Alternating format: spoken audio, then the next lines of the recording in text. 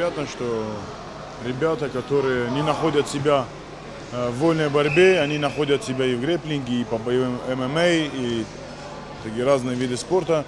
И это все равно единоборство. И без школы вольной борьбы или без школы какой-либо борьбы, я думаю, что в этом спорте делать нечего. Поэтому все ребята, которые занимаются вот этими видами спорта, они все выходцы с наших залов, с залов вольной борьбы, греко-римской борьбы, борьбы дзюдо и тому подобное. И я к этому отношусь,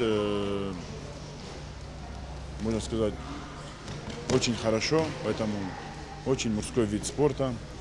И на сегодняшний день всем любителям спорта этот спорт тоже уже как бы по душе и очень сильно нравится.